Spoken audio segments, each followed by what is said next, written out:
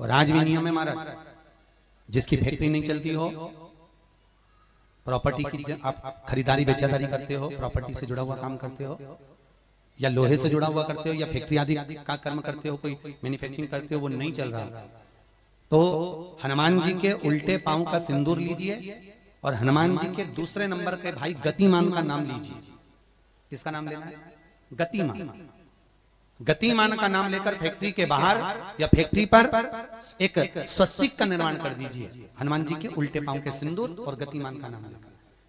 कभी आपकी फैक्ट्री कोई काम नहीं निकालेगी, उन्नति की ओर ही लेकर जाएगी, कभी घाटे की ओर नहीं जाएगी। गतिमान का नाम, रतिमान, केतुमान, मतिमान, ये जितने भी नाम है हनुमान जी के भाइयों के, ये सब कल्याण करते हैं। एक एक नाम कल्याण करते हमारे, एक एक। महाराज वो जिन बच्चों को निमोनिया हो जाता है ना, वो सर्दी का कोटा रहता है, बहुत सर्दी सर्दी बच्चों को बनी रहती है, तो हर दिन 5-10 दिन में वापस दौड़ के डॉक्टर के पास लेके जाओ, फिर डॉक्टर के पास ले। वैसे तो डॉक्टर के पास बच्चे आजकल के जमाने के जाते ही जाते हैं, हर 15 दिन 20 दिन में, तो इसके पीछे वो चले जाएं। एक हास्य व्यंग में हमसे पूछा किसी ने, महाराज जी आज के बच्चे बार बार हॉस्पिटल डॉक्टर क्यों जाते हैं? तो हमने कहा देखो भैया, बच्चा जहाँ जन्म लेता है उनसे उनसे प्रेम ज्यादा होता है। पहले नानी के घर में पैदा होता था, इसलिए नानी के घर ज्यादा जाता था, दादी के घर में ज्यादा पैदा होता था, इसलिए दादी के घर ज्यादा जाता था। आज के बच्चे हॉस्पिटल में ज्यादा पैदा होते हैं, इसलिए हॉस्पिटल ज्यादा घूमने जाते हैं। ये हास्य। पर यदि बच्चे को सर्दी ज्यादा होती है, निमोनिया ज्यादा होता हो, ठंडा का कोटा ज्यादा रहता हो, तो पीपल के 5 पत्ते महाराज उस पर घृत लगाकर हनुमान जी के तीसरे नंबर के भाई व्रतिमान का नाम लेकर, व्रतिमान का नाम लेकर बच्चे की छाती पर एक वस्त्र से उसको बांध दीजिए, रात्रि भर बंधे रहने दीजिए महाराज। और बांधना कौन से दिन है? 12 तिथि को, बस एक बार बांधना है, उसके बाद सर्दी का कोटा नहीं रहता महाराज, बच्चा स्वस्थ अपने आने में। व्रतिमान हनुमान जी महाराज के जितने भी भाई हैं, सबका आनंद सुख चरणारविंद का। और कई लोग तो ऐसे हैं, उनको आज तक हनुमान चालीसा पढ़ना नहीं है, आज तक कोई चालीसा, चाहे गायत्री चालीसा हो, लक्ष्मी चालीसा हो, शिव चालीसा हो, पढ़ना ही नहीं आती, बस बैठ गए भगवान के सामने और पढ़ लिया आसन लगा के। नहीं नहीं नहीं, चालीसा पढ़ने का भी एक नियम है। अगर कोई लक्ष्य लेकर पढ़ रहे हो तो उसका एक नियम है। पूरी जिंदगी पढ़ते रहोगे तो भगवान की प्राप्ति नहीं है, पर लक्ष्य लेकर अगर पढ़ा है, आसन से जिस भगवान की चालीसा पढ़ रहे हो उसकी मूर्ति या उसका फोटो आपके सामने होना चाहिए। एक घी का दिया, अगर हनुमान चालीसा पढ़ रहे हो तो या तो घी का दिया जलाओ, वो भी गाय के घी का हो, भैंस के घी का मत जलाना, हनुमान जी कभी प्रकट नहीं होंगे भैंस के घी से। घी का दिया लगाइए अगर चालीसा का पाठ कर रहे हो हनुमान जी का। और बहुत ज्यादा संकट है, बहुत ज्यादा परेशानी है, तो हनुमान चालीसा का पाठ करो तो तिल्ली के तेल का दिया लगाओ, काली तिल के तेल का दिया, तिल का तेल का दिया हनुमान जी के सामने आसन बिछाकर। बहुत तकलीफ है तो 3 पाठ प्रतिदिन करो, और एक आसन से जितने समय 9 बजे अगर आप बैठते हो पाठ करने तो 9 बजे ही बैठना है।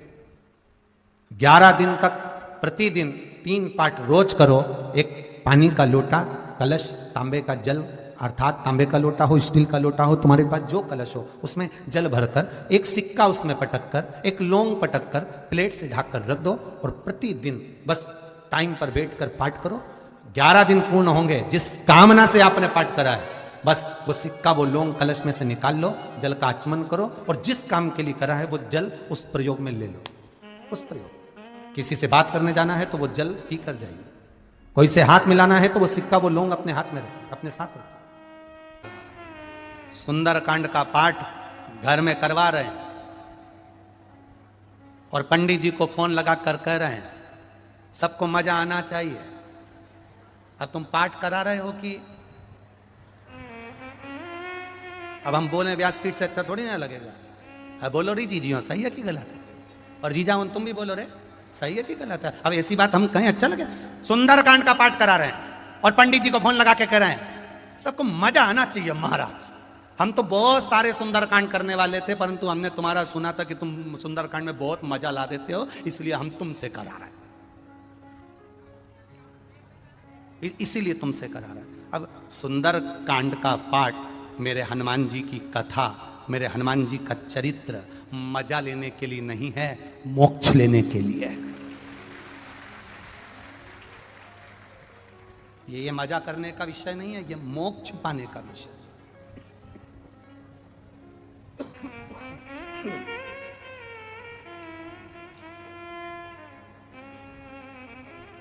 जितने लोग सुंदरकांड में आकर बैठते हैं उन्हें चौपाई से कोई मतलब नहीं होता, उन्हें तो बस महाराज ने भजन गाया और इन्होंने नाचना प्रारंभ करा।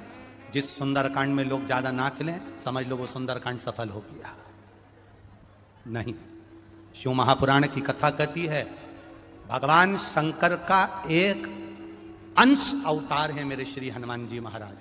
जब आप हनुमान जी के नाम का उच्चारण करें, जब आप हनुमान जी के नाम की भक्ति करें, तब जैसे हनुमान के हृदय में राम निरंतर दौड़ते रहते हैं, उस समय पर आपके भीतर राम नाम दौड़ना चाहिए, तो समझो कि हनुमान की भक्ति प्राप्त होगी। तो समझो कि हनुमान जी की भक्ति प्राप्त होगी।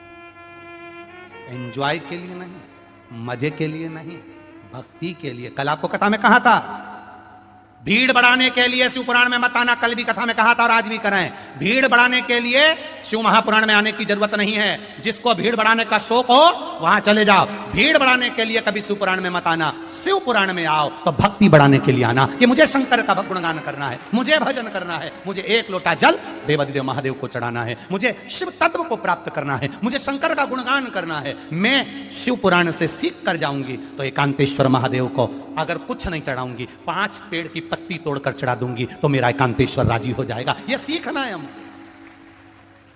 और मेरा विश्वास कहता है जितने लोग आस्था चैनल पर कथा सुन रहे हैं, जितने फेसबुक यूट्यूब पर कथा सुन रहे हैं और जितने छत्तीसगढ़ की इस भिलाई की, इस पाटनगर की पावन भूमि पर कथा सुन रहे हैं, ये मेरा विश्वास कहता है जिन्होंने एकांतेश्वर महादेव की कथा को सुना है, कभी एकांत में शिवलिंग मिल गया ना, तो ये मेरा विश्वास कहता है कि वो पेड़ की पत्ती तोड़कर जरूर चढ़ा कर आएगा, क्योंकि एकांतेश्वर से मुलाकात होगी। कथा में जाओ तो कुछ सीख कर जाओ, कुछ प्राप्त कर कर जाओ। तो मालूम पड़ा कथा में से गए और जैसे कि जैसे ही पहुंच गए लंका में गए, चारों तरफ उन्होंने लंका में देखा, जहां देखो वहां सुर नजर आ रहे थे, जहां देखो वहां राक्षस नजर आ रहे थे, जहां देखो वहां केवल योद्धा नजर आ रहे थे, जहां देखो वहां पर सब असुर ही असुर दिख रहे थे। पर हनुमान जी की दृष्टि अच्छी थी। उन्होंने कहा हलवाई ने पूरा पर्चा लिखा है पर तुलसी का दल नहीं लिखा, तुलसी का दल मुझे ले जाना पड़ेगा। तो हनुमान जी ने पूरी लंका में सबसे पहले तुलसी का दल ही ढूंढा, विभीषण का घर ढूंढा, विभीषण का घर ढूंढा उन्होंने सबसे पहले, तुलसी का दल ढूंढा उन्होंने सबसे पहले। और वो तुलसी के दल को उन्होंने जब देखा तो वो तुलसी के दल को देखकर समझ गए कि इस पूरे लंका में कोई एक है जो भगवत भजन करने वाला है। फिर क्या देखा हनुमान जी ने कि विभीषण की धर्म पत्नी शर्मा दिया लेकर आई है और तुलसी के क्यारे में लगा रही है।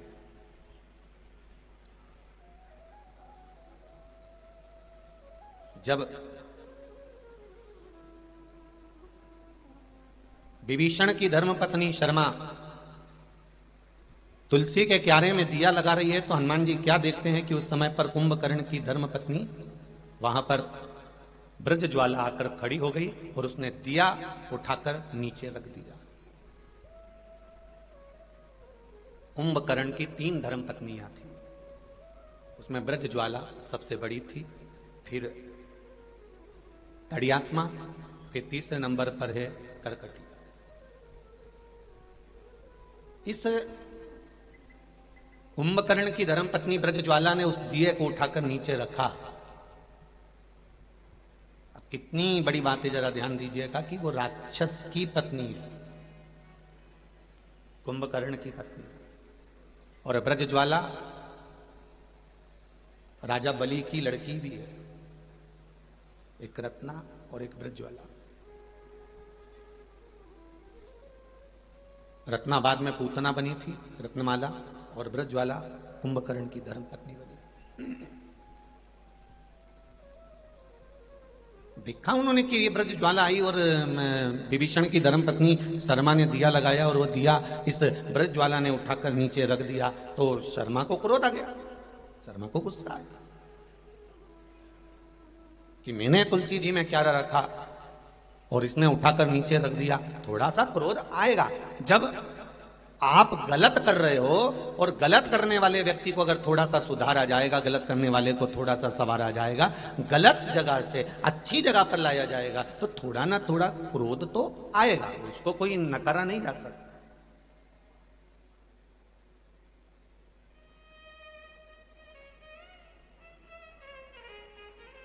आपकी होए चाहे हमारी होए, प्रत्येक मनुष्य के जिंदगी की शुरुआत, प्रत्येक मनुष्य के जिंदगी की शुरुआत रोने से होती है। कैसे होती है? बोलो बोलो, जम के बोलो जरा। रोने से। माता के गर्भ से बाहर निकले और रोना चालू कर दिया। प्रत्येक मनुष्य के जिंदगी की शुरुआत, चाहे साधु, सन्यासी, तपस्वी, साधक, उपासक, महात्मा, ब्राह्मण, क्षत्रिय, वैश्य, शूद्र, संसार का जो मानव है, जो संपूर्ण मानव जगत है, इस मनुष्य की शुरुआत रोने से होती है। जब माता के गर्भ से पैदा होता है तो सबसे पहले रोता है। अगर नहीं रोएगा तो डॉक्टर सिस्टर उसको धप मार के चिमटा खोड़ के रुलाएंगे, क्योंकि रोएगा तो स्वस्थ रहेगा, तो उसको रुलाया जाता है। प्रत्येक मनुष्य की जिंदगी की शुरुआत रोने से होती है। प्रत्येक मनुष्य का जीवन रोने से चालू होता है। जब परमात्मा ने ये लिख कर भेजा है कि तेरे जन्म पर तू रोएगा, तो फिर दुख आए तो टेंशन क्या लेना कि जरा जरा सी बात में रोना, क्योंकि हम ये जान जाए कि जिंदगी की शुरुआत रोने से हुई है, तो थोड़े बहुत दुख से हमें रोना नहीं आना चाहिए, क्योंकि हमारी शुरुआत ही दुख से और रोने से प्रारंभ हुई है। तो क्या टेंशन, क्या